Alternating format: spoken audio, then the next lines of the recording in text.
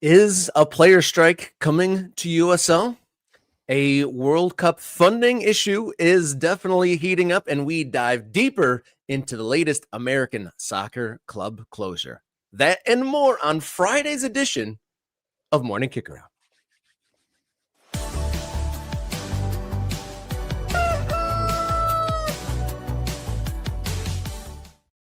Hello and welcome to the show. You found your way to Morning Kickaround, the spot where we dot the map of the ever-changing American soccer landscape, coming to you from the thawing north of the United States.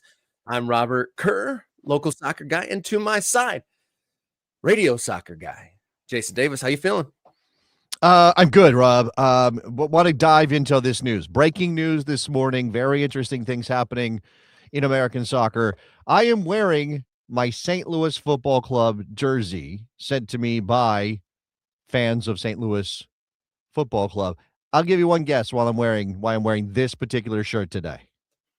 One guess. Because you absolutely love that shirt. No, I do love the shirt. I mean, it has a lot of meaning behind it. But how would it fit today's theme, Rob? Is the question I have for you. So you're giving me a second guess. I appreciate that. Dead clubs. And we are talking Tormenta FC today with Alex Ashton. And I was reading up on some local coverage of Tormenta, and we're going to get into this with Alex, but they seem to think they'll be back in professional soccer. And wouldn't that be something if they can pull that off? I have my doubts, and we'll get into why. But I just wanted to share a little bit because I do appreciate this shirt as sent to me by my folks out in St. Louis. So shout out to them. I know we've got a lot to get into. I also want to encourage people to support the show. If you're not already an Ultra, that's a really good way to support the show and become part of the community and get extra stuff. I think we're planning for a members-only bonus at the end of this particular show on a Friday. We'll dot the map.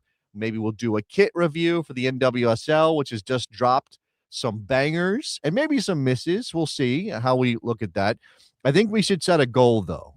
Yeah. I think today's goal on this Friday episode of I was going to say the wrong name of the wrong show, Rob. I have too many shows in my head. On Morning Kick Around, $100. Can we do $100? Mr. Bob has already given us a head start, right? Mr. Bob is already out here with $10 as he is so often want to do, and we appreciate him. He mentions this annual supporters summit for New Mexico United with Dennis Sanchez, our guy Ron Patel, Peter Travisani, their owner. So shout out to Mr. Bob, he's dropped that first seed. Let's get to $100. Let's do that. I think I'm no mathematician, but I think we're already 10% of the way there, 3 minutes into our show. So great start. Let's get to that $100. Support the show's leveling up and all the other things that Jason just said. Be sure to check out the merchandise store. That's a great way to support the show as well and get something tangible in your hands for it. We got Dot the Map, Clang the Clanger, and the Name shirt in t-shirts, hoodies, and hoodless sweatshirt varieties. So be sure to check out the MK collection. You can find it here on YouTube or on Fourth Wall. Billy Bob Western, wow, heyo, 5 gifted memberships. That'll help us greatly get towards that goal and get to that bonus at the end of the show. You can also support the show on ko-fi.com/morningkickaround, where your donations come straight more directly to us. There's a little bit of a cut taken out when you donate via the YouTube, but Ko-fi much more directly, much more friendly to us, the creators. And don't forget, we are a podcast as well. Find us on your favorite audio platforms. Mr. B coming through again, another $5. And so we are off to a good start, looking for that $100 goal here on a Friday, a heavy news Friday. So we want to do that bonus for a little bit of fun at the end of the show. Also support us on social media at MKickaround on all social media platforms. You can also send us an email, morningkickaround@gmail.com.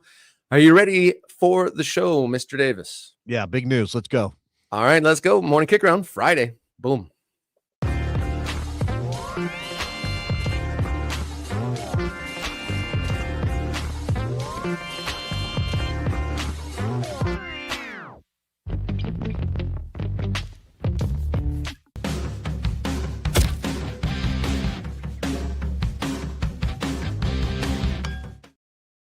Brand new reporting from ESPN's Jeff Carlisle just this morning. The USL Players Association has voted to authorize its bargaining committee to call a strike unless an agreement with the USL can be reached on a new collective bargaining agreement for players in the USL Championship. The union disclosed to ESPN. And let's remind everybody that it is just a week from today's show that USL Championship is due to kick off. Yeah, this is big news. Obviously, this is the timeline of events this morning. Rob and I got together with producer Jenny to start talking about what we were going to cover on today's episode of Morning Kick Around. We do have big stories in other parts of American soccer, and I think we were prepared to talk about USL on some front, and obviously we're talking Tormenta FC with Alex Ashton coming up. And then somebody said, oh, there was a story that the USLPA had authorized a strike, and I said, oh, I didn't see that. Oh, it's on Reddit, but the link was dead. It said page not found. When you clicked the headline, if you looked in Google, it was there, but it was like a ghost story because it wasn't actually on the ESPN website. It occurred to us to check in with the guy who wrote the story because it did say Jeff Carlisle, completely impeccable reporter on American soccer topics, a guy I know. And so I reached out to Jeff and said, oh, I don't want to talk about this story if it's been pulled for reporting reasons. Like, I didn't want to highlight something Jeff had posted or they had posted with Jeff's byline only to have it pulled down if there was some reason that it had been pulled down that would make Jeff look bad, right? Now, I would trust Jeff's reporting. So, maybe it got published and they found out that actually the reporting wasn't good. Jeff said, nope, no problem with the reporting. Just had reached out to USL for comment and wanted to include that in the story before it went live. So he'd taken it down because it was posted prematurely. He said it's going to go back up. And sure enough, about 20 minutes ago, the story went back up on the ESPN website. And it does say that the USLPA has voted to authorize its bargaining committee to call a strike unless an agreement can be reached on a new CBA with players in the USL Championship. So this is about the USL Championship bargaining agreement with the USL. Remember that these two sides have been talking since August of 2024 about the new deal. That deal that previously was in place expired on December 31st of 2025. They've been meeting. They met last Thursday. There was a federal mediation and conciliation service, a mediator there on hand, which usually means they have gone to a place of, we need extra help. This isn't working. We can't figure this out. Let's bring in the federal government. This has happened a couple times, I think, with MLS. It's happened in other sports. You've probably heard about it. This is usually a move that says we are in an intractable place. According to Jeff's reporting, the last proposal came on February 18th from the USL, and the USLPA said it really wasn't any different from the previous one, and so they rejected it. And there are details here, Rob, but I think that's the important thing, that USLPA has authorized its bargaining committee to call a strike. Does that mean there will be a strike? It's more likely than it ever has been before. And like you said earlier, it may be a little bit of saber rattling, but I mean, they don't have too many more, arrows in their holster, if that's what you holster arrows in. But anyway, it's the last step towards, we're serious, guys. We're super serious, guys. No, well, we're serious, guys. And you said how many negotiation meetings there are. There's can only be so many with you going back and forth, not changing anything. I mean, it says in the article here, and we've had from our contacts with the Players Association that, they go back, redraw things after unsuccessful negotiation, and then come back to the table with the league and nothing's changed. And so how many times can you do that over and over again?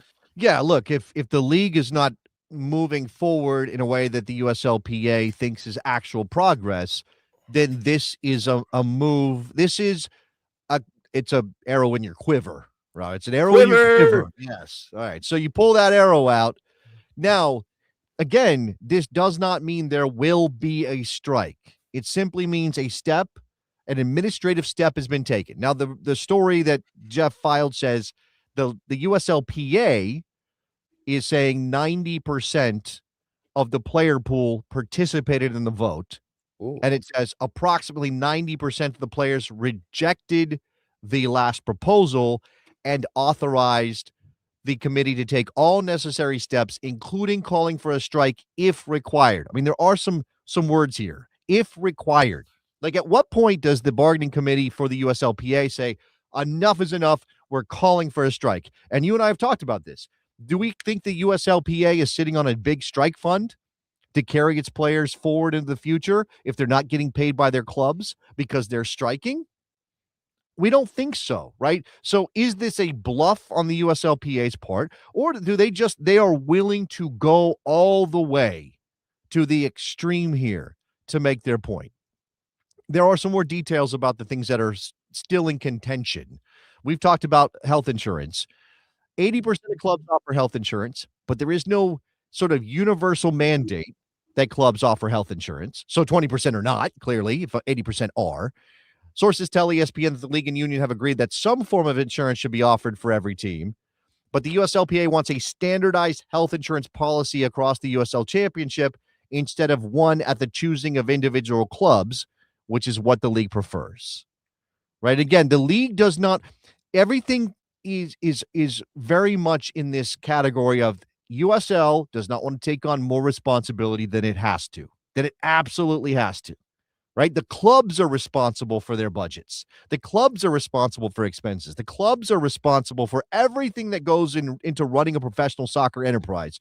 And the USL just sits there, organizes the schedule, lines up the championship, does the branding, reaps the benefits of whatever revenue comes from things like broadcast rights and the like. And we know that's not gigantic money, but again, the clubs are not getting a piece of that. So the economics here and the way that these negotiations are playing out is fascinating to me because of how USL is structured. Yeah, things could get pretty ugly here if there literally isn't any money for these minimal demands. Or I don't want to be reductive, but they're not exactly asking for millions and millions of dollars here, the players. And so if these requests that they're saying, like healthcare insurance, better facilities, better working conditions, and the buyouts are a huge thing. The being able to buy out three players look, okay. with limited thing. But I wanted to say here, what an interesting trickle down of the United States' healthcare system, that one of the stumbling blocks of getting a work CBA is the healthcare benefits. Like, not too many other places in the entire world that would get a stumbling block for playing soccer would be the health insurance. Well, I mean, obviously, like we have a privatized health insurance industry, whereas if you played soccer in Denmark or whatever, you're getting universal health care as part of just living in Denmark. Like, you don't have to do it. The team doesn't have to do it. The league doesn't have to do it. Dave is saying that I've oversimplified what USL does. I probably have. There's more that goes into it. It's just not to say that USL doesn't have a role or isn't doing things that are important to the success of the clubs economically, right? In the industry of soccer. And look, again, it comes down to the club's faith in the USL as an entity to do the right things to help them grow. And some of them are not, they may be running their own small businesses, but they are not positioned to be also league organizers, right? They are not positioned to also do the things that USL does on that front.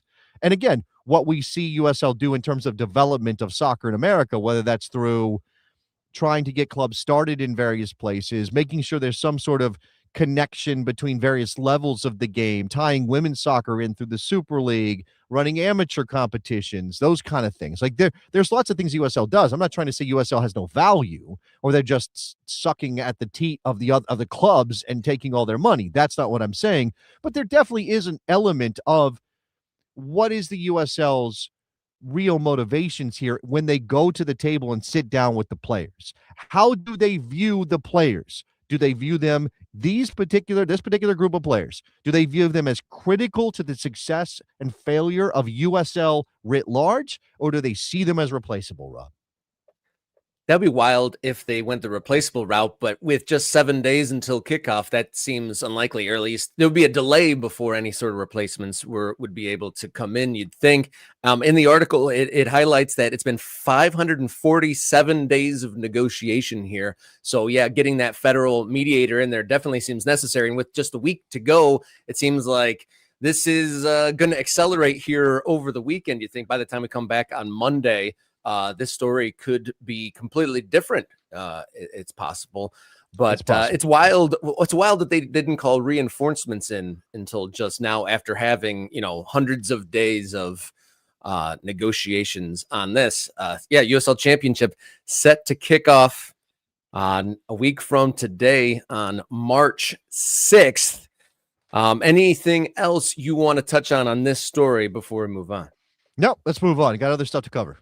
All right. Thank you to all of our donations. Mario, thanks for coming in. We need producer Jenny to help us out with our maths as we go through this important day of news and notes. But yeah, we are trucking right along. Thank you for those donations. And let's move right along to our World Cup stories here on the Morning Kick Around.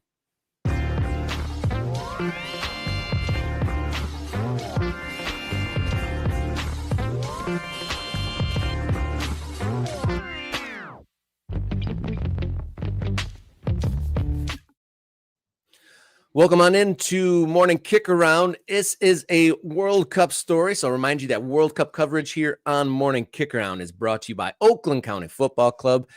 They're celebrating 10 years of summer soccer in Southeast Michigan this year. Tickets now available. So visit Oakland County FC online for those schedule, player information, and much more. So plenty of updates on World Cup planning. With just about a few months to go. There is a deadline coming up in Foxborough, Massachusetts. Foxborough has a calculated cost of $7.8 million to cover public safety expenses for the tournament. But funds, they say, are not going to come from the small town in Massachusetts. There's a select board there, I think, of 4 folks, and they've set a deadline of March 17th for a license to be awarded. And then if there's no one steps up to fill that $7.8 million cost, they're not going to issue a license. Yeah, I think it's easy to dismiss this as, this is just red tape. They'll figure it out. The Foxborough will get their money in the end and everything will be hunky-dory. And maybe that is true. And maybe this is just, again, people that are consistently kicking the can down the road to try to find a way to get out of a big bill. But the select board of Foxborough, by the way, a town of 18,000 people, 18,000 people live in the city of Foxborough, Massachusetts. That means that the capacity of Gillette Stadium is something like 3+ times the size of the town where the stadium sits. And because it's their town, they have every right to say, well, you can do this and you can do that, but you can't do this other thing. And it comes down here in this situation, and we're relying on a very good story by Adam Crafton at The Athletic here this morning. This comes down to the town of Foxborough, 18,000 people, not being willing, because it would be something like, 10% of their budget, they said? Yeah. To pay $7.8 million to cover police and public safety expenses during the tournament. And here's the thing. Again, we already know, everybody who pays any attention at all to the World Cup and how it works, know that FIFA parachutes in, asks you to pay all the bills, takes the money, and dips out. And they're saying they're going to make $11 billion off the World Cup. But what do they say? Like, what do you get in return? Well, this is what Johnny Infantino says. Well, we're going to get $11 billion for the World Cup coming to the United States, I guess Canada and Mexico too, but you are going to get $30 billion of economic activity.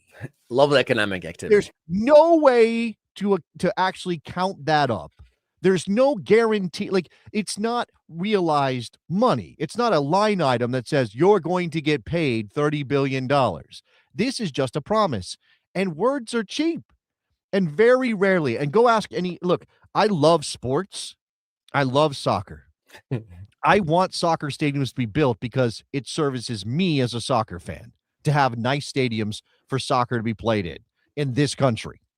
But I'm not stupid. I know that all that economic activity talk is mostly bluster to justify spending public money on things that are ultimately private enterprises, right? You don't just go, well, we want a soccer stadium, so let's just take a bunch of public money and put it into the soccer stadium. Oh, there's going to be maybe match days. And again, FIFA has an agreement that basically says you have to foot the bill on all these things. And some of this stuff is wild. Like, it says public safety, so that's police, that's security around the stadium, which, by the way, Foxborough has to do for 39 days. Not just the 7 days that games are happening at Gillette Stadium, but all through the entire World Cup period. They have to secure the stadium like it's Fort Knox with those police, with those security personnel. One of the richest people in the country, Crafts, own the stadium, and they're saying not it on this as well. Yeah. And they're saying, oh, this is actually between the host committee and the town of Foxborough. And the host committee is saying, well, we don't actually have any money. And there are grants that were baked into the big, beautiful, whatever that thing is that Trump called it last year, which, by the way, why is the federal government giving grants to do security or anything around the World Cup when FIFA could absolutely pay for it themselves? Why are there grants? Again, this is like, we are blessing you with the right to host the World Cup, and therefore you have to suck up and eat all that expense. Some of this stuff includes things like Johnny Infantino's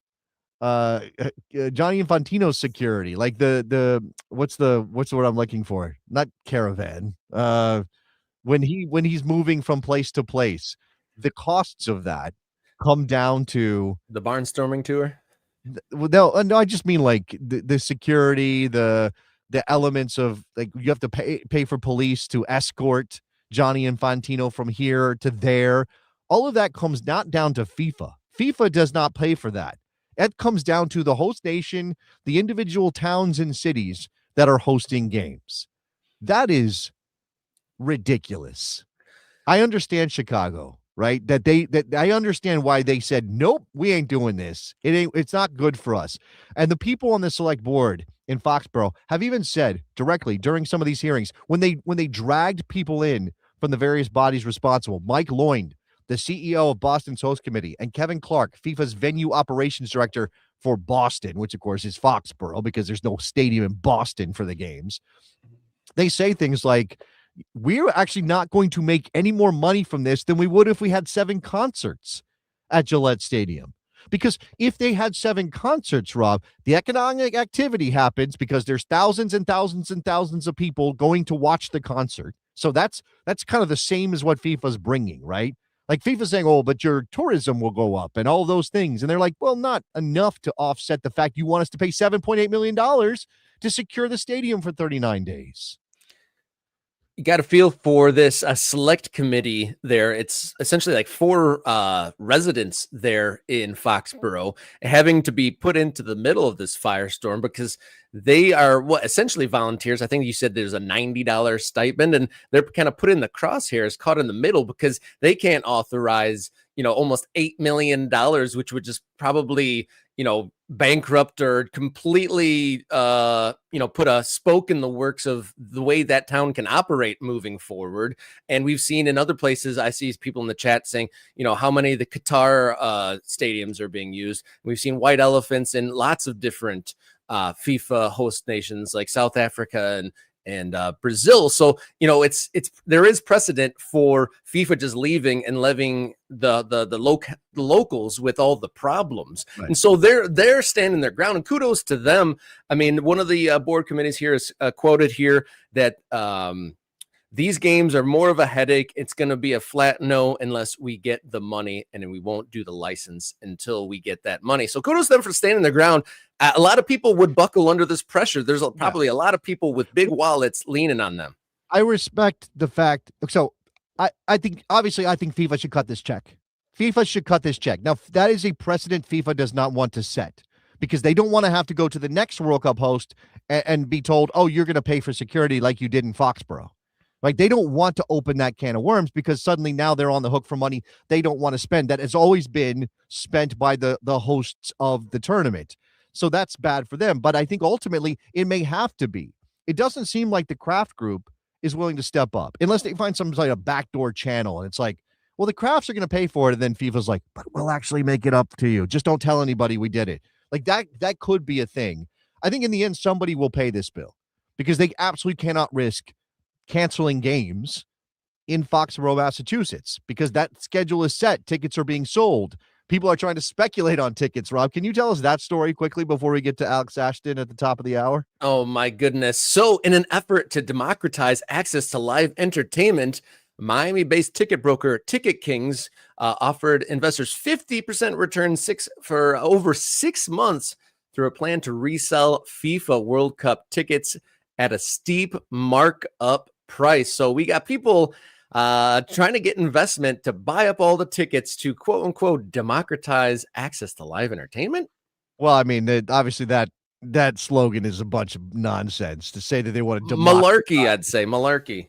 But yeah, it's a bunch of malarkey, I guess. Incredible Whatever. malarkey. This company, man, like, and yes, it's about them and criticize them. And there's a detail in the story says the guy that founded the company when he was in high school. He started Yeah. when he was high school because he was like, oh, this is where we are with the capitalistic tendencies. And again, you start a company, and your company's whole profit prospect is we're going to resell tickets. We're scalpers, right? Yes. We're marking up ticket prices to make money, and somehow that's democratizing access to sport.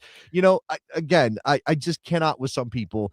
But that speaks to now FIFA is saying this violates the terms of their blah blah blah, all that stuff. They're saying all the right things. Of course, they are using dynamic pricing to drive up prices on tickets for everybody who might want to go to the World Cup. So why shouldn't a third party think that they can get on the act? Why shouldn't they try to raise money from outside investors by saying we're going to scoop up a bunch of tickets, and then we're going to resell those tickets for a massive rate hike, a massive increase, a massive profit, and then you'll get paid back.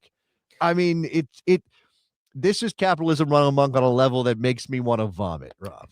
Yeah, this story is in Reuters, and they obtained a pitch deck from Ticket Kings to investors seeking $5.5 million to scoop up 8,000 World Cup tickets to the highest profile matches at this summer's World Cup. They said they're not sure how much investment they got, but discovering this just shows the Pandora's box opened up with the way that FIFA has conducted the World Cup ticket selling process. Yeah, I just and they're also like we could throw this detail in as well. I know this is kind of out there, and we've been talking about the parking issue because they're also using dynamic pricing to charge for parking, which means get as much money out of that as possible. They're even doing that for the ADA for the handicap spots. Hey, come on! They're doing those for the ADA spots as well, which is just like morally abhorrent. And it's one of those things. Again, this is sort of the general vibe of soccer now, of sports, but of our game that we love, and we have very, very strong ties to the history of it, what it's supposed to be, the people's game and all that.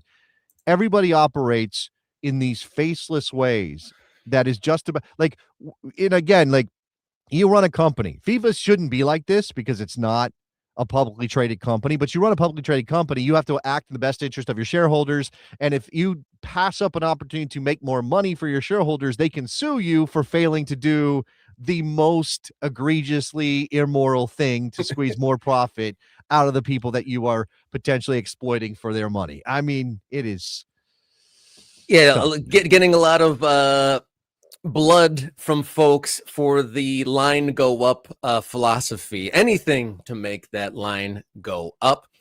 We're going to move on to our guest at the top of the hour here, but just a quick update. We have a $100 goal for the day. It looks like we are doing well, but not quite at that number yet. So keep those thanks coming in. Want to give a tip of the hat to those who already have, Mr. Bob and Tulsa Mario and a couple others. Thank you so much for supporting Morning Kick Around, and just keep on doing so. Thank you so much for doing that. That you see on the screen there. Like, subscribe, and become a member. All ways to support this independent soccer program. All right, we got all the bubbly subjects. We got work stoppages covered. We got World Cup stuff covered. We're going to move on in a minute, but I want to remind you that World Cup coverage here on Morning Kickaround is brought to you by Oakland County Football Club, celebrating 10 years on the field in Southeast Michigan in 2026. Tickets are on sale now. Visit Oakland County FC online for tickets, schedule, and much more. All right, let's get on to Alex Ashton and today's Hot Topic.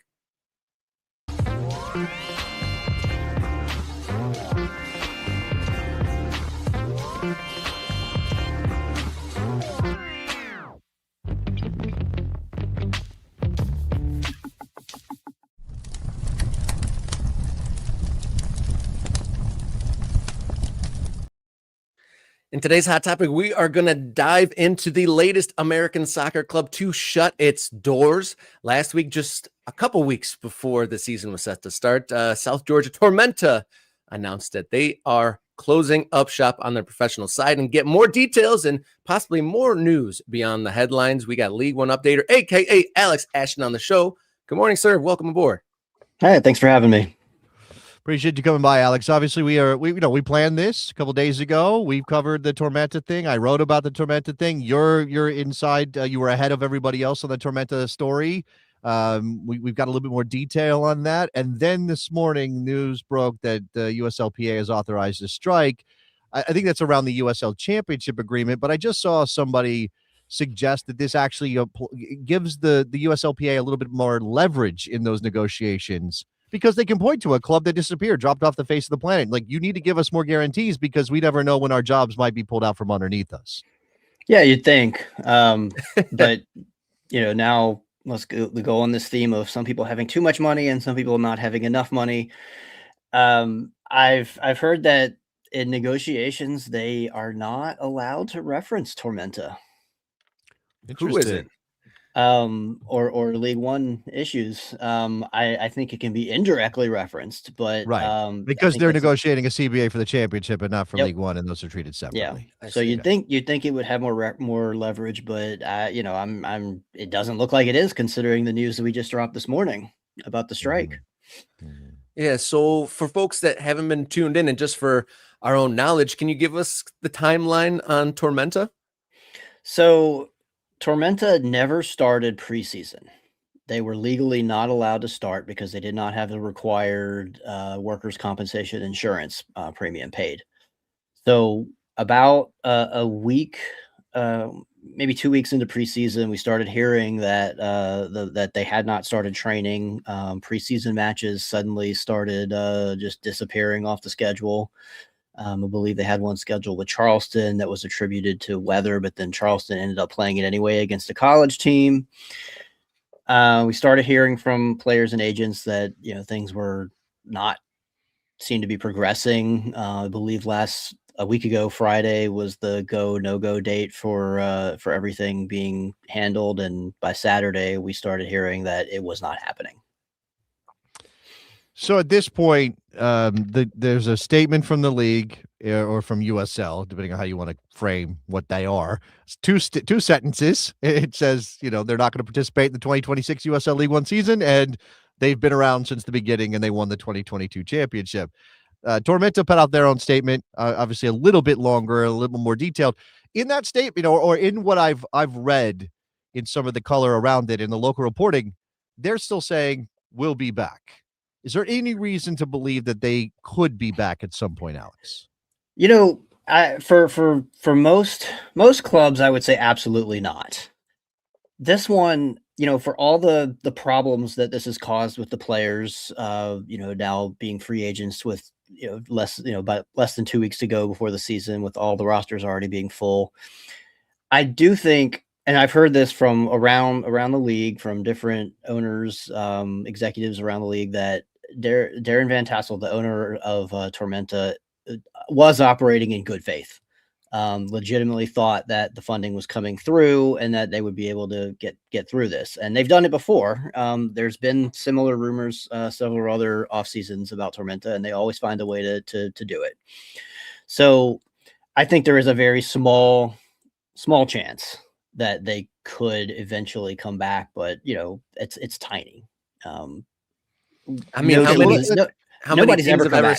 Nobody's ever come back. Okay, I was going to say Oklahoma City is the only one that is at this time poised to return after such a hiatus. No other team has even tried, to my knowledge. Completely reformed as completely almost a different entity. I mean, that's what's going on in Oklahoma City. USL 1, it has not happened. Yeah, I'm thinking about Rochester, right? We had Rochester shut down, make a big push about, we're going to be back, we're going to find a better stadium situation, whatever. And then FC Tucson, same thing. Okay, there you go. So, it speaks obviously to the economics of soccer at this level, right? And I think it's easy, and I wrote about this, and I know you're much deeper into the day-to-day kind of process of running a soccer club, or from the USL League One perspective, you're more familiar with it than I am. But people would obviously say things like, "Why would you put a team in Statesboro, Georgia, to begin with?" Right? And then you can point to the recent attendance numbers, and you go, "Well, there's your problem. You only got 500 people out per game. Well, clearly the economics aren't going to work." But that kind of misses some of the, that misses, I guess, the things about how much of this is on the club for a failure to market, how much how much of it was an issue of inception, and how much of it is something developed over years.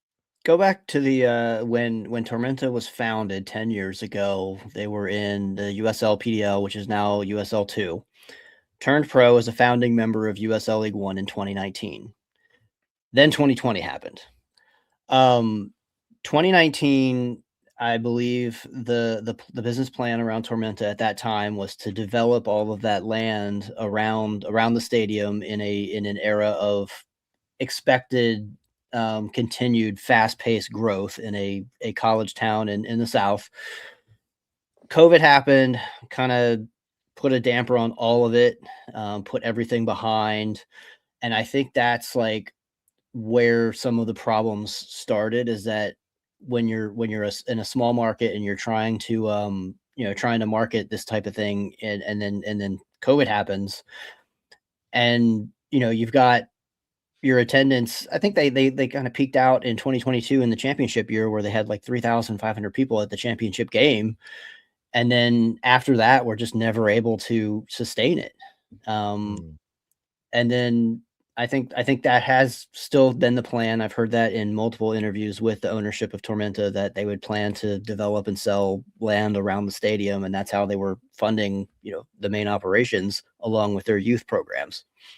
But it's in a small market, it was always going to be a risk, and it just, I think the money just kind of ran out this year, and they weren't able to pull the miracles that they've been able to pull. Oh, let me ask you again about the league's responsibility here, right? And how you view what USL's responsibility is when it comes to a club like Tormenta potentially having to shut down. I mean, like this is obviously the worst case scenario, and USL, again, like, you can go back and say they bear responsibility for even, and COVID does throw a complete wrench in everything, but you can go back and say, well, maybe USL got it wrong by even sanctioning this team, even giving an expansion franchise in any professional level to this group in this place. You could do that. You could also say, like, at this point, what is their responsibility? And, should there be some sort of way, as we learn more about capital coming into USL, as a new group joins Bell Tower, as they get ready for USL Premier, what is USL's responsibility, Alex? Yeah, that announcement, just days after this news, was, I don't know, just it kind of rubbed me the wrong way. But the league collects expansion fees. I think it's up to $5 million, and expansion is continuing. And as long as the league is collecting that expansion fee, like, I don't think that they feel like they have this grand responsibility to lift up clubs that are financially struggling. Maybe they do. We don't know this, because obviously things are notoriously secretive around finances around clubs in the league. But it kind of points to maybe the league helped out Tormenta last year, and the lifeline like ran out for this year. We don't know that, though. We've also seen the league approve markets such as Texoma, which are similarly small and failed after 1 year. But then on the other hand, you see the league approving very vibrant, healthy, financially healthy clubs, like such as Boise, Portland, ones that I think are set to thrive. I do think the league has a little bit of responsibility to like keep these clubs going. But maybe the league just feels we're not there yet. I don't know. Well, again, they seem to be very selective when they do step in. I mean, without naming any names here, because I don't think that we're comfortable with the reporting. We've heard that at least one club had issues with an expansion team, has not yet played a game, had issues with their owner, had issues with absenteeism on the owner's part. Money, like a portion of the agreement kicked in that basically kicked that owner out. They have to go find a new owner. So the league steps in to keep payroll going for the current organization that had built up under that owner, so they can be on the same timeline, so they can start playing games. And obviously there's expansion fees involved in all those things. So clearly there's some cases where USL is like, yeah, we're going to step in. Now that's again front office and not player staff, and maybe that's the difference. Yeah, maybe they offer a 1-year lifeline. I don't know. I know, like, for Northern Colorado, when Northern Colorado was on the way out, the league was stepped in and to help finish that season. But then then the agreement ended or was terminated at the end of that season. In that same vein, I don't remember if I read it in your reporting or elsewhere that with the Tormenta case that they said that they were going to have to close down at the end of 2025, and they were being propped up. Do you know anything about that? Which one? Tormenta being propped up since late December. We don't know. That's been speculated, but there's no confirmation on that because, like I said, they're notoriously secretive on the financials. Yeah. Okay. So the other thing that I keep coming to, and we have taken the approach on this show of, if it's USL, if it's anybody, like, I'm kind of agnostic about the group behind the push, but it is USL in this case that is, I guess, figured out their own approach to expansion and dotting the map is what we say, right? Like, I'm in this place of like, let's just do this. Let's just throw clubs against the wall and see what sticks, Alex. But then that does beget a certain level of failure. And I guess I would ask you, as someone, focused on these levels, how much failure is acceptable? When it's every single year, you have clubs leaving. I don't think that's acceptable. Every year you have at least one club leaving the league. Last year, Texoma. The year before that, Northern Colorado and Fuego. Like, it's not a good look to have. What's the upshot, though? This is what I can't get my hands around this, Alex. What impact does it have? I talked about, I've for my whole career talked about that salts the earth behind these clubs, and it creates a problem with keeping soccer fans engaged. And yet it just seems like, well, there's another town. There's just another place to go. Like, who cares if we burn that bridge? We'll go find a different place. I do think, like, one thing it might affect is attracting talent, the player talent. I think we're still at a point where players are willing to accept that risk. Obviously, players know about Tormenta's instability, yet they still managed to sign 17 players, including some very talented ones. But when if Tormenta comes back, like, what kind of, like, assurances are the next level, the next generation of players going to have that this is going to be a place that they would want to sign? Like, is it going to be like the final destination? Like, all else fails, I'll go to Tormenta. I do think that sort of reputation can be kind of damaging. Yeah, on the player front, I see one of our commenters saying that New Mexico United got one of the Tormenta players. Can you give any updates on those 17 contracted players and if they're finding homes? I have not heard any of them finding any homes at this time, unfortunately. Yeah, there was some speculation of a draft or an allocation of some sort, but that's not coming to fruition. The draft was proposed, I believe, by the Players Association, and it seemed like the league was on board with it, but then the rest of the owners shot it down. And I kind of don't blame them for doing that, because the proposal was to take over the contracts as they existed. When you're from a business standpoint, like, I think the teams want to negotiate their own contracts instead of, maybe, and I know that Tormenta had outbid other teams on a few of their players for this year. And I think the owners were looking at that and were like, that's not what I would have paid that person. So I want to start fresh. So a team that was having financial issues was overpaying players? I don't know if I would call it overpaying, but they, there were a few on the, that are known to be making a little bit more than other teams would have paid.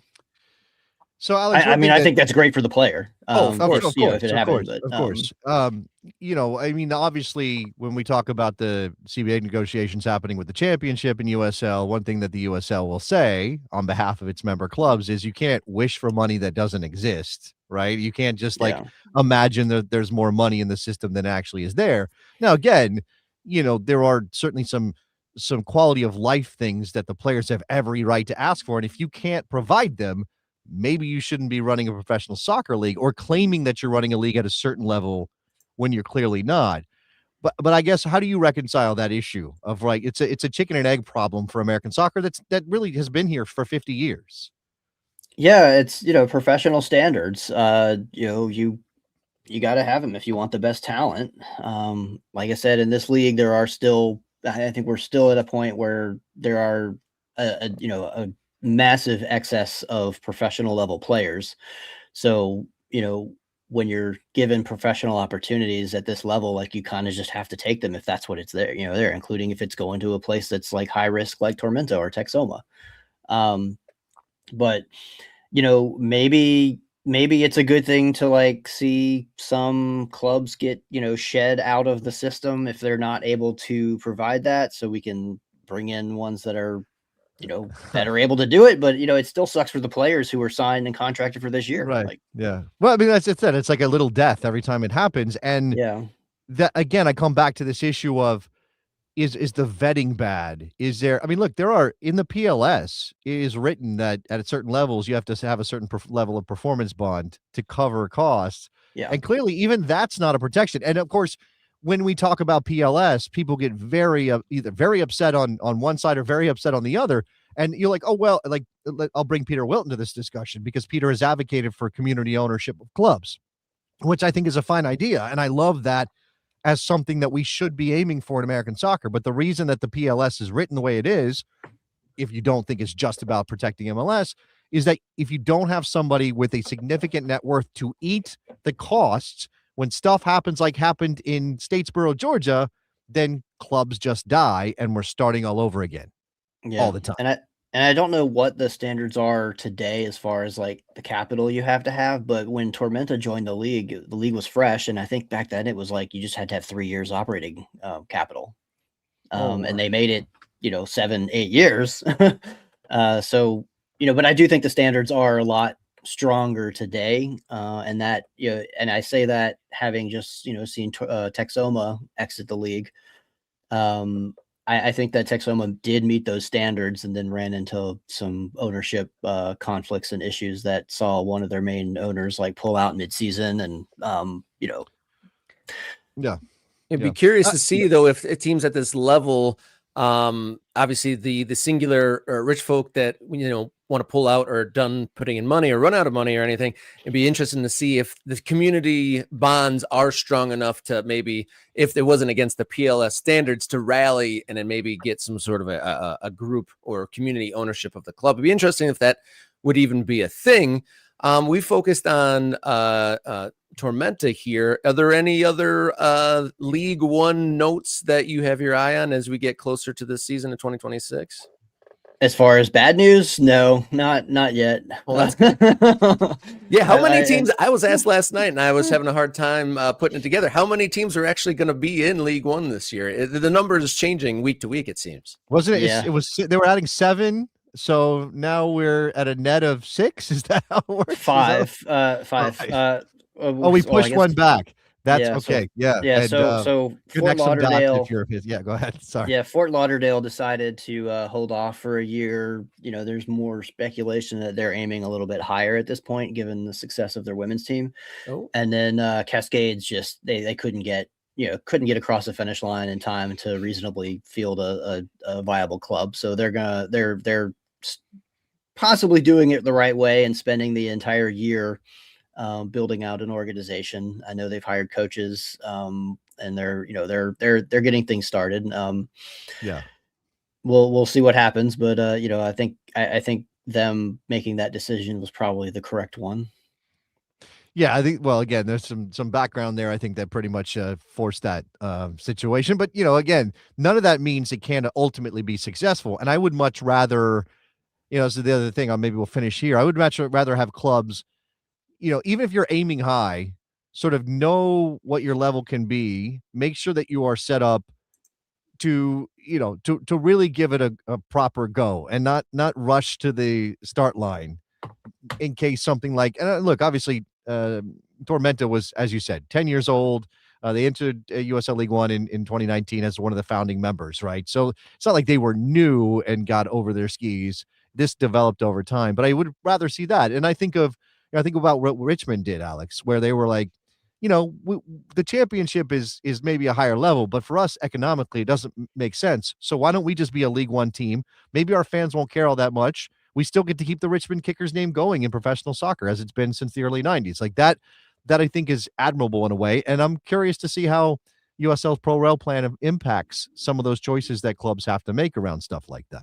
Yeah, Richmond ownership will tell you like straight up, like they would have folded if they had not had that opportunity to go to USL League One, and ultimately fans didn't even really care. Attendance is at an all-time high in USL League One.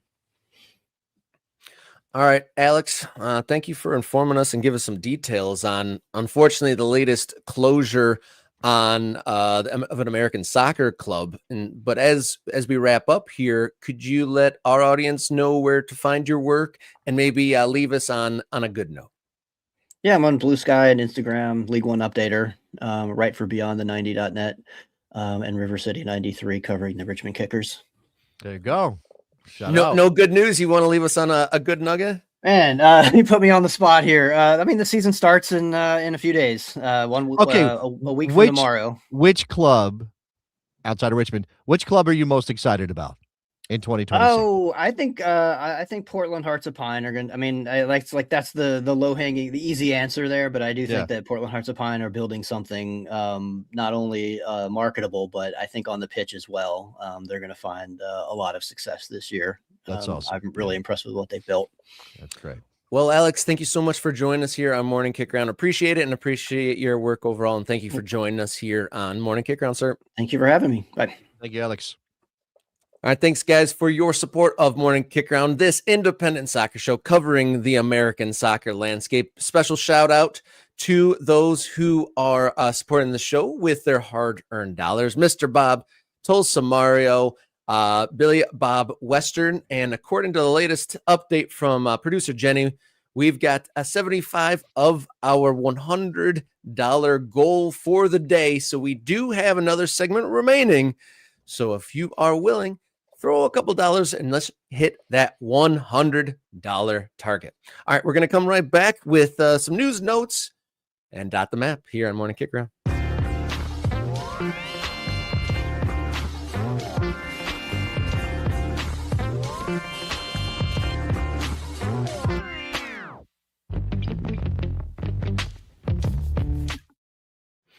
All right, welcome back here on Morning Kick Round. What a day it has been.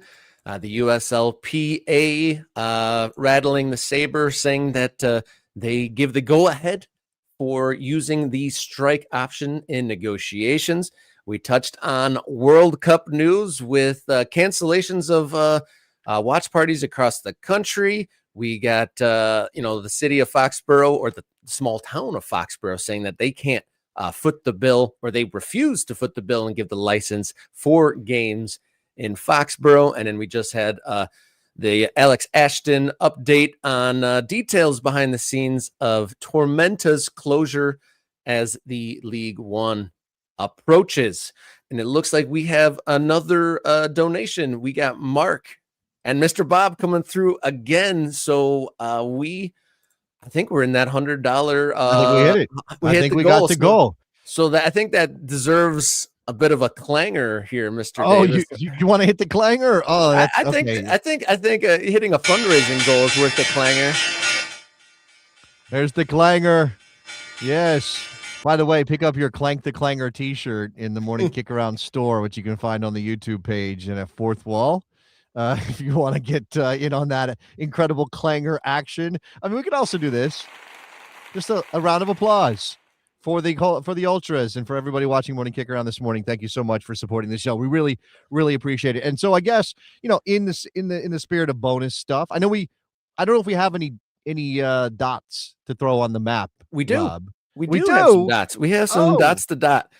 All right, so I'm going to go back in the Morning Kick Around Discord server, which is amongst the benefits of your MK Ultra channel membership. Priority comments on screen during live shows, bonus videos, and access to the Morning Kick Around Discord server. Amongst the perks of a channel membership, I think it's $3.99 a month. we'll give you a membership to this channel. And we like to do this thing where we dot the map, where we like to see where all of our MK Ultras are. The American soccer landscape is ever expanding and dropping stadiums and clubs all over the place, but we want to see where our Ultras are. So going back in the time machine, do we have Macho in Wilmette, Illinois? How do you spell that? Wilmette, Wilmette. There is Wilmette. All right. What is his name? What is our new Ultra's name? Macho Grande. Macho Grande. Okay, Clevy, that's an incredible name. Any clubs to associate with Macho Grande? Not for Mr. Macho. No, Senor Macho, if we want to be formal here. Sure. Maybe he's Don Macho. Is he a grandfather? Maybe he's Don Macho. All right. So that's north of Evanston. So a Chicagoland area Ultra, which I like, which I think we have one. Who's this in Chicago? ASD is in Chicago as well. So now we can add a second Chicago. Yeah, I need to harp on my Chicago people to get on there. And then in the Dot the Map thread on the Morning Kicker on Discord server, we have, I think this is Bob, Mr. Bob. Do we have his dot in New Mexico already? Yeah, no, we have Ron. We do not have Bob. All right, we got to get Mr. Bob in there. Okay, where's Mr. Bob specifically? Albuquerque. We're just Albuquerque. We're just drop it in Albuquerque. That's where Ron is. So what we'll do is it's gonna be right next to Ron there. So this is Mr. Bob. Let me click on that again. Mr. Bob. There we go. And we know, I'm pretty sure he's a New Mexico United guy. Yeah, he's also Brooklyn FC and that's right. And Corpus Christi. I believe Bob is originally a New Yorker, which is which I learned. I think he put that in something, maybe in an email he sent to us. By the way, I would like to celebrate Mr. Bob's book that he handed me when we went out to Albuquerque. This is the 2024 edition. I don't know if Bob has a more updated edition, but you can see Bob puts in a ton of work celebrating New Mexican soccer, New Mexico United, and the team that they have there in Albuquerque. There's some photos. Mr. Bob. That's Mr. Bob right there. Shout out to Bob. All right, who else we got? Our next dot to dot. Apparently, it's one we missed during the kickathon last week, but we have a dot to put in Morton, Illinois, which is down by Peoria. Also more Illinois. All right. By the way, I just worked with somebody on the Best Soccer Show last night who was originally from Peoria, so not too far away. Who is in Morton? So I am going to put this screen name into our private chat here, Jason. I'm going to let you go ahead and pronounce this. I don't know if I have anything. Okay.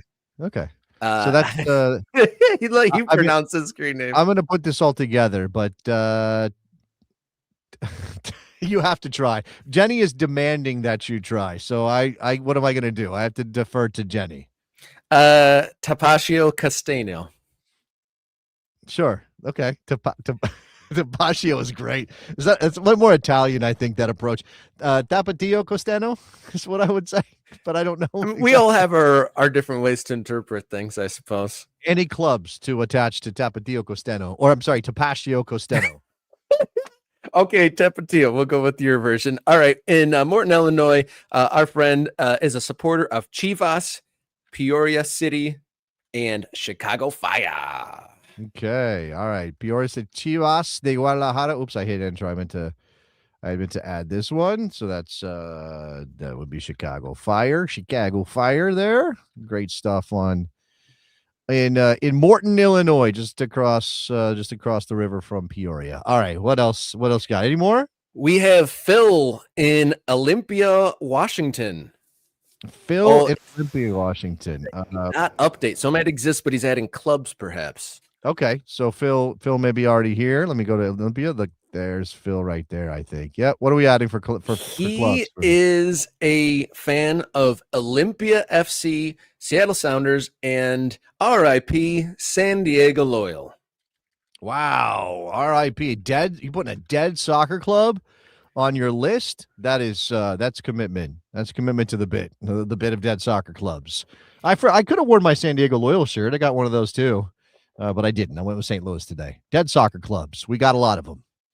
All right, we have PSU to DCU. He sent us That's a my man nice Nick. note. Yeah, That's Nick. my man Nick. Where's he's Nick? he's in Purcellville, Virginia. Right. I remember that. That is, yeah, the old hometown of hometown where my mom used to live. There is Purcellville, and there is it says Little Gopher. Is that also Nick?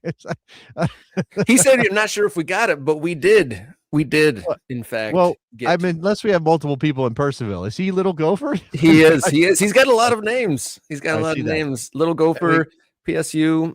But yeah, he's in Purcellville, Virginia. But he is adding, so he's a Penn State fan and a DC United fan. I don't know if those are already on there. We have DC United, Leeds United, Man City, which seems like you've got multiple English top division clubs there. But you said Penn State. All right, Penn State's got a good soccer program, I think, these days. I think that might be true. I mean, obviously, we have DC United there as well. All right, so what else?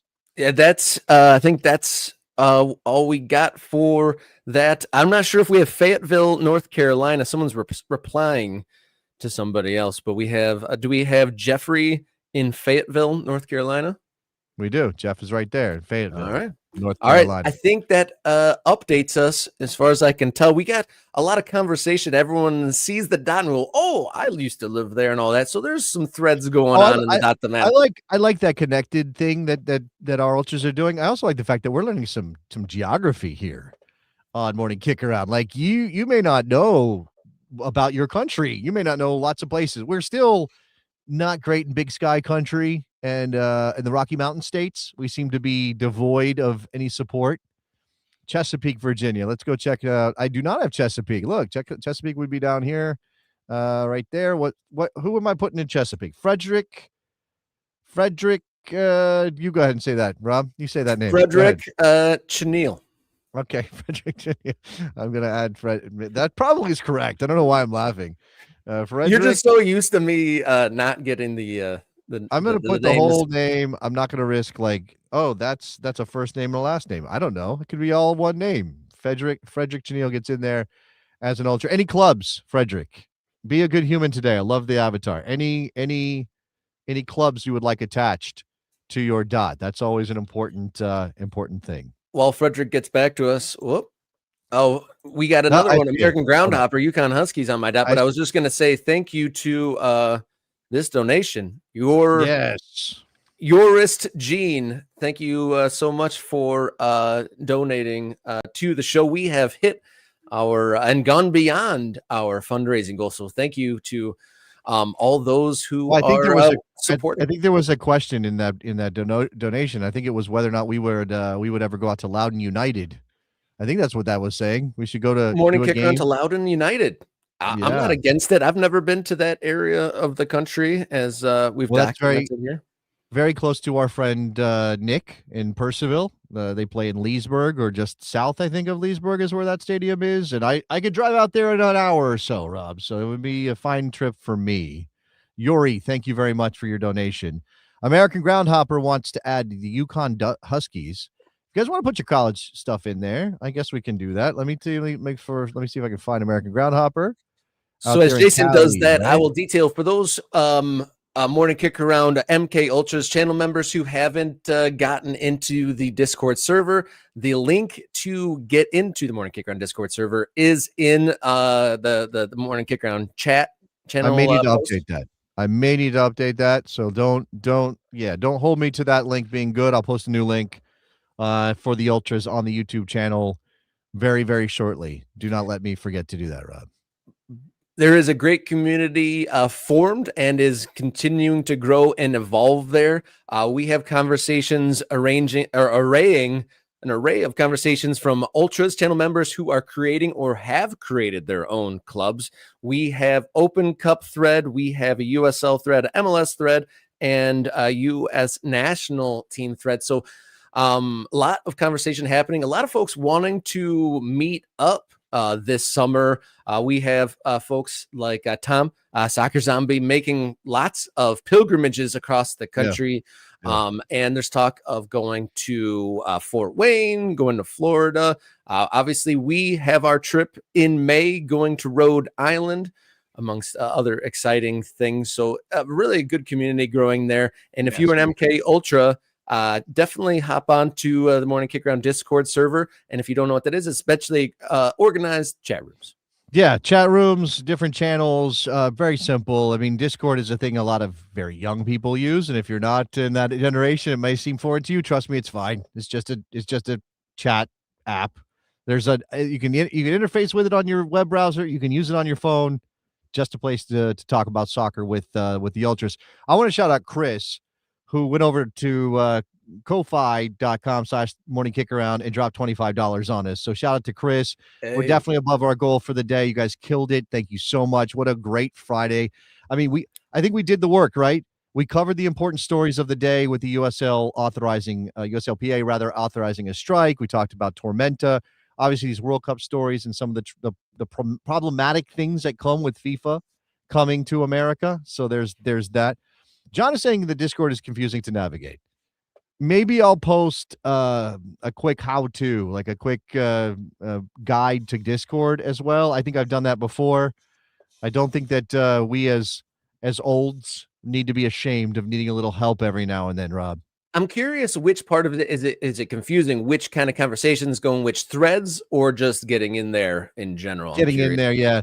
There's, I mean, so you have to understand that there's different servers, and a server is just one particular, group, that's their space. So you have a server for Morning Kick Around. Like, I'm also in a server for Footy, which is John Mueller's new app that he's working on, which is a very big community. I'm sure there's other Discord. I think Scuffed uses Discord for their community as well. That's a big one. So, it's just and if you have Discord and you have multiple memberships, not just, I mean, paying memberships to things like Scuffed or Morning Kick Around, but if you have multiple groups that you want to be a part of, you can join different servers, and then you just have to click on that server to be in that particular community when you want to be. So, like, my kid uses it, and he talks to people on the other side of the country, and I don't know what servers he's in. I have no idea. I'm just, he's 17 and he's got friends in Discord. So there you go.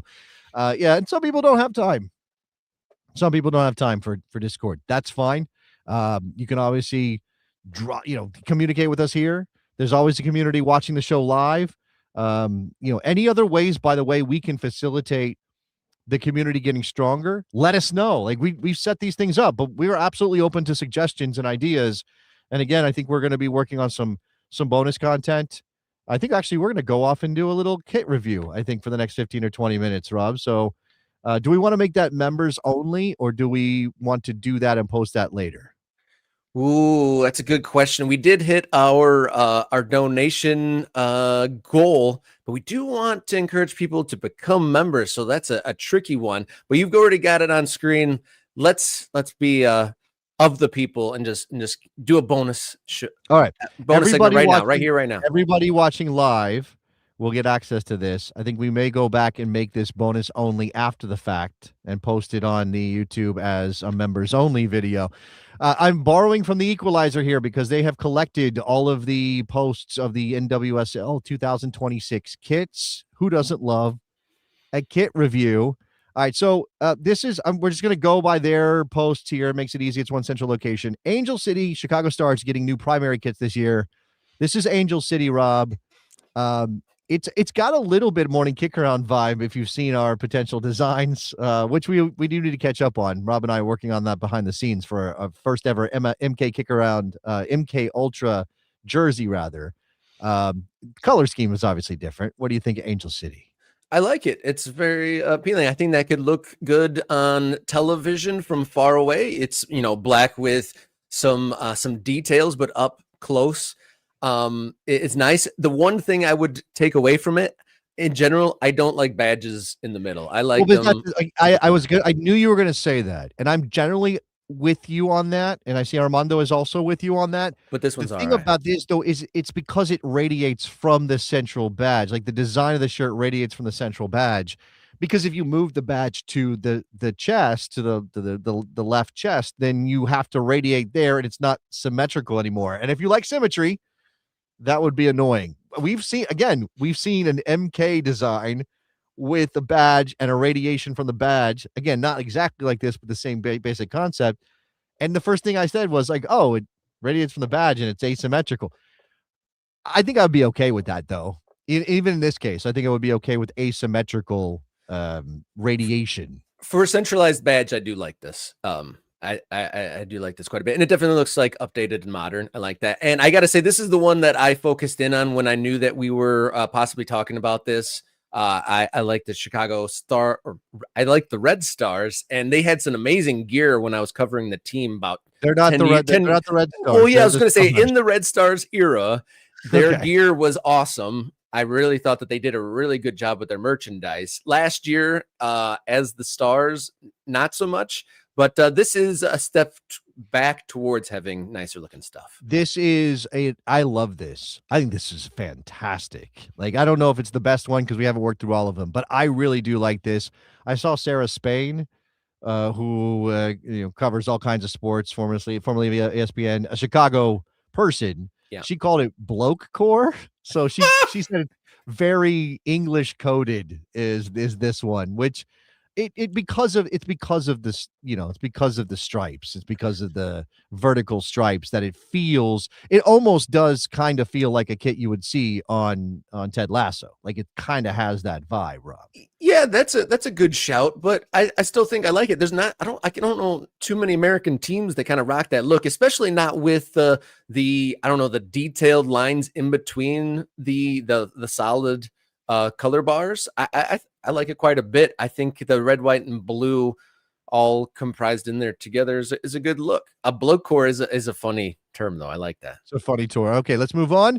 We've got the Portland Thorns here. What do you think of this one? That one, that one's all right. Probably nothing I would wear or purchase, but it looks fine, and it looks like in brand for the Portland Thorns for sure. Oh, I don't know that I have a kit budget right now. My wife is furloughed. There's money issues in the house. Tough times. Things are a little tight around a morning kick around headquarters, but I would rock the hell out of this. I love this. I think this is, somebody said something when these were being dropped yesterday about how it's really hard to judge them as like on the, like, you get, there's a difference between like what streetwear is and what the players look like when they're wearing them. And those are two different judgments of a kit and how good it is. Yeah. In terms of like streetwear, like, I think that I don't know about the collar. Like, it looks like maybe there's something in the collar that I don't love. I'm very particular. She's hiding about it in the picture. She's hiding it. Like, is it folded over, or is it just because she's pulling it that it looks like it's folded over? I think it goes over the top there. Yeah, I'm not a huge fan of that, but otherwise, like the print on this, or the pattern, or the with the roses and that, I think this is awesome. Like, I would love this. It's certainly not boring, and definitely a fun piece, no doubt. Now, I would obviously not be wearing it with the shorts because I'm not a full kit wanker. So I would have to find the proper coordinated pants to wear with this. Yeah, would you wear dark or light? I think I would want to go dark to set it off is what I would probably do. I wouldn't be I don't have any orange pants or whatever color that is. So I would have to be creative with that. All right, let's move on.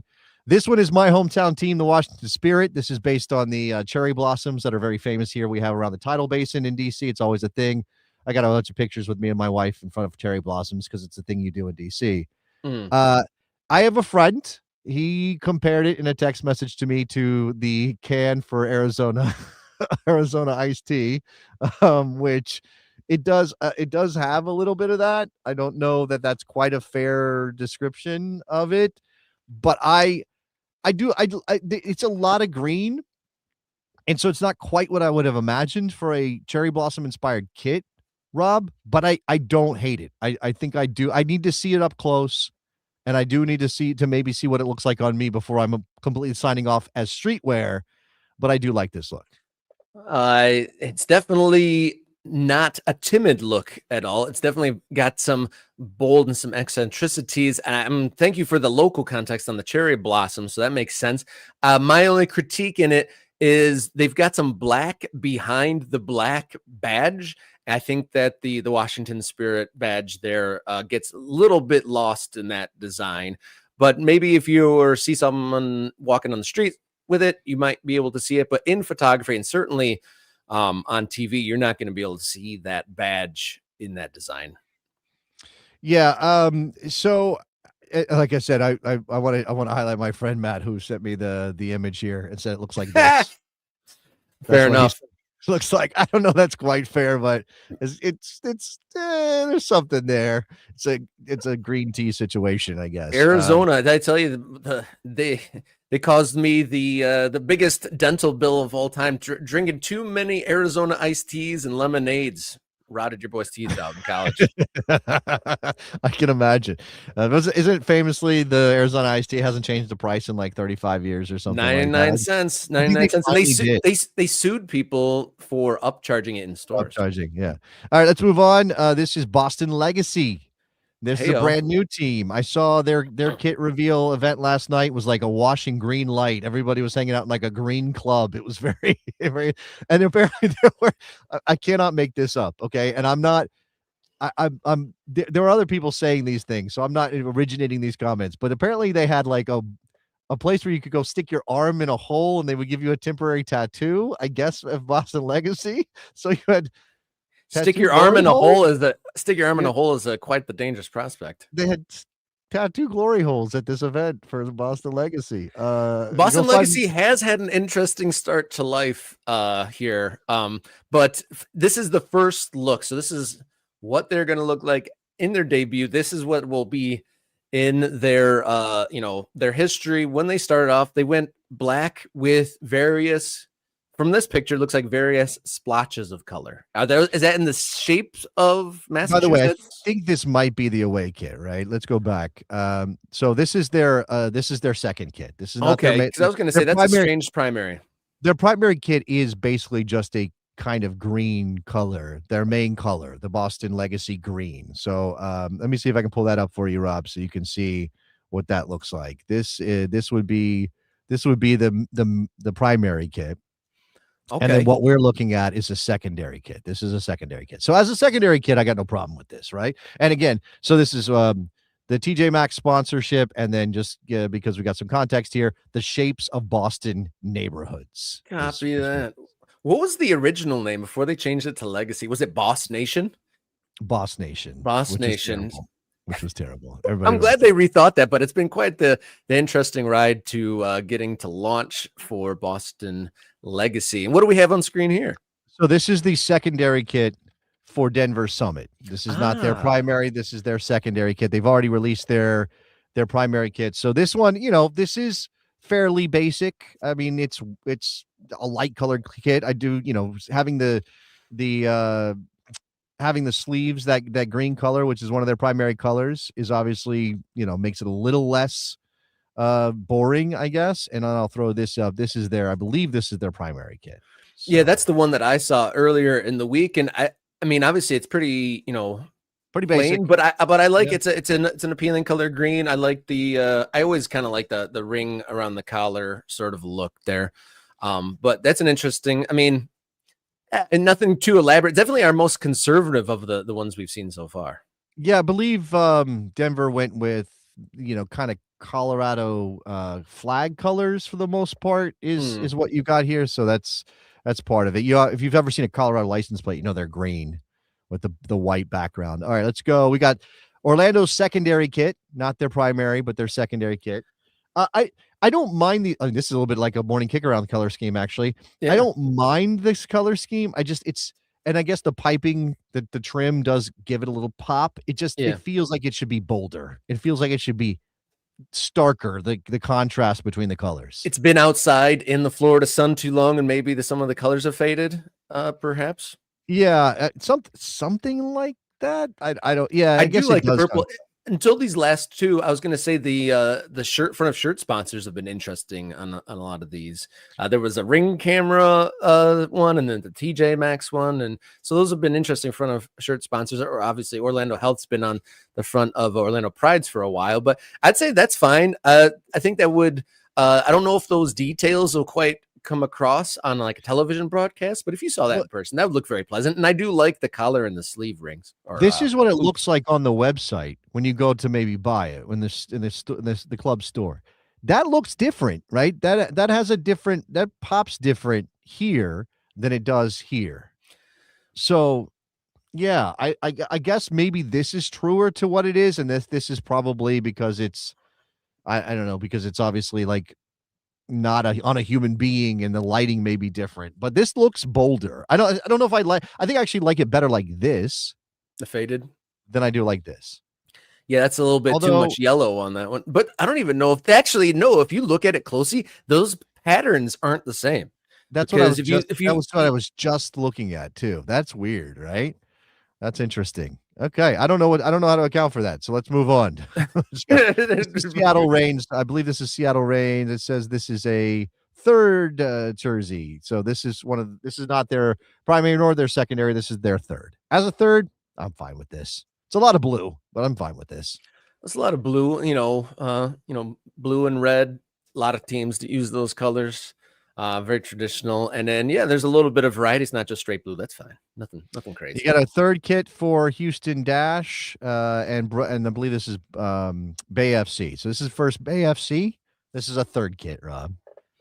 Yeah, that kind of reminds me of kind of a throwback, the Liverpool alternate kit a few years back. There's some alternate. It has in Premier League alternate kit vibes for sure. And then this one is this is the Houston Dash. Let me check. This is a third kit for Houston as well. I like that. I like the pattern on that. Obviously, I think there's some flyover elements. I imagine that building is something important in Houston. I don't have all the background on it, but I like that. I like that. I like prints like this. Like I like the kind of evocative shaped elements of this. Yeah, and I think the way they print it like this, it gives, on TV from afar, that looks like a sky blue kit. And then when you see it up in close-up shots, photography, and if you saw it as streetwear, you would then start noticing all those details. Yeah, I mean, I will say that as streetwear, that's a lot of sponsors, and I'm not always comfortable with a lot of spot. There's a sleeve sponsor here. There's a sleeve sponsor here. There's obviously the Cancer Center. Okay, I mean, I guess I get the and I actually saw Kim McCauley when all of this was happening yesterday. Kim McCauley was saying, I like kits and I would love to wear my club's kit and all those things, but you have that issue of a shirt sponsor, and maybe that shirt sponsors doesn't always line up with your particular view on the world, and that's not that's not the case with the MD Anderson Cancer Center in Houston. Hopefully. But there may be some where you're like, yeah, I don't know if I like being a billboard for a company I don't align with on a number of issues. Yeah, the ring camera thing. I'm sure after recent revelations, people wouldn't be comfortable wearing that on their shirt. And I know Standard Chartered for Liverpool don't necessarily love rocking them. They've got some dubiousness, and that's definitely a thing. Billboards for stuff you don't believe in, just like in youth clubs that wear shirts with like Corona on the front of the shirt. I always thought was dubious. This is Gotham. They get a new third. This is obviously the Statue of Liberty. It's almost like one of those magic eye situations. Kind of. Yeah, it looks like that. I like this a lot. I think this is badass. I would wear this one if somebody wanted to send me one of these. So that's good for me. And again, that's New York colors, right? That's New York flag colors, like the Mets. It makes you think of the Mets, but the Mets are those colors because those are the colors of the flag of New York City. Yeah, I like the I don't know what that pattern is with the thin lines alternating between the dark and the orange, but I do like those thin lines, and that's a fun one. Definitely these NWSL kits, they're more are swinging for the fences than are being conservative, which is good. Yeah, this is Kansas City. I think this is also a third. No issue here. I mean, it's okay. It's not the standout of the bunch. It's currenting. Okay. It's giving current. Is that what you're saying? Currently, so we have North Carolina getting a third kit. What are those? Those are Venus flytraps, I guess is what those are. Okay, I didn't know that. All right. Yeah. Anyway, I mean, you look at them, that's what they look like to me. And then this is Racing Louisville. I also believe this is a third kit. That's nice. This is okay. Again, no issues there. Let's see. San Diego Wave and Utah Royals also getting third kits as I wait for this to load. There's San Diego. Those are cool socks. Somebody said this correctly. This is all about the trim. This is all about these detail elements, because obviously this is mostly a plain white shirt, but you get this detail and it's very cool. I like that a lot. I don't know if I would wear this one. This might not fit into my aesthetic, but I do like that. And then this is Utah Royals third kit with the lion in the background for the Royals. Oh, there's another one, another shirt sponsor that maybe. Anyway, doesn't matter. That's it. Let's go. Let's wrap this up. Thank you for partaking in our impromptu NWSL kit review. No terrible ones in the bunch, I don't think. No, nothing, nothing too objective at all whatsoever. And people or teams rather, getting creative, definitely leaning into prints with hometown references and all sorts of different stuff. It's good. I'm pointing the wrong way, but our guy, Mountain to CFC Dwayne, pointing. Stop banging your microphone, Rob.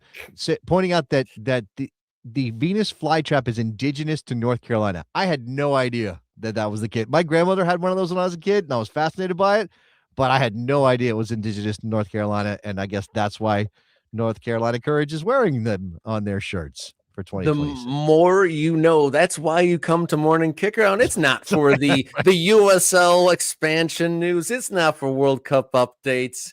It's for local news and history and native plants. So there you go. Yes, it's all about native plants on Morning Kickaround. All right, Rob, that was a good show. Thank you, guys. Thank you once again to everybody who chipped in. We crashed through our $100 goal for the show. So thank you to everybody who contributed there. Thank you for, tuning in, comments on screen, and any new members that have joined us that haven't gotten into the Discord yet. At some point here soon, Jason will put the new Discord link in the post section of the Morning Kickaround YouTube channel. So check it out there and get in on there and join the community. And for those who haven't done it yet, when you join the Discord server, you can, at your volition, write yourself a little intro. There's some really interesting backstories. Some folks brand new to the sport and others have been in it for decades in various levels of playing or even administration, some of the folks in there.